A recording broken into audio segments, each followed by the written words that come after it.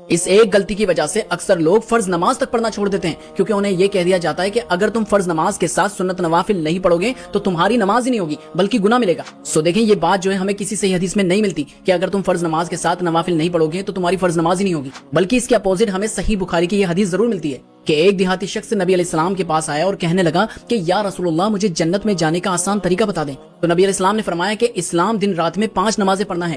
تو اس نے کہا بس اس کے سوا تو اور مجھ پہ کوئی نماز فرض نہیں۔ تو آپ علیہ السلام نے فرمایا کہ نہیں، مگر اگر تو نوافل پڑھے تو اور بات ہے۔ اسی طرح پھر آپ علیہ السلام نے رمضان کے روزے اور فرض زکات دینے کا بھی حکم دیا، اور اس نے وہی کہا کہ اور تو کوئی روزے اور صدقات مجھ پہ فرض نہیں ہے۔ آپ علیہ السلام نے کہا کہ نہیں، مگر اگر تو نوافل روزے رکھ لے تو اور بات ہے، اور نوافل صدقات دے تو اور بات۔ تو یہ سن کر اس شخص نے کہا کہ قسم اللہ کی میں اس میں نہ بڑھاؤں گا نہ گھٹاؤں گا۔ تو آپ علیہ السلام نے کہا کہ اگر یہ سچا ہے تو اپنی مراد کو پہنچ گیا۔ اب مجھے بتائیں کہ کیا نبی علیہ السلام نے اس شخص سے یہ کہا کہ اگر تو نوافل نمازیں نہیں پڑھے گا تو تیری یہ فرض نمازی بھی نہیں ہوگی؟ نہیں نا، بلکہ آپ نے تو اس شخص کو جنت کی بشارت دے دی صرف فرض عبادت ادا کرنے پر۔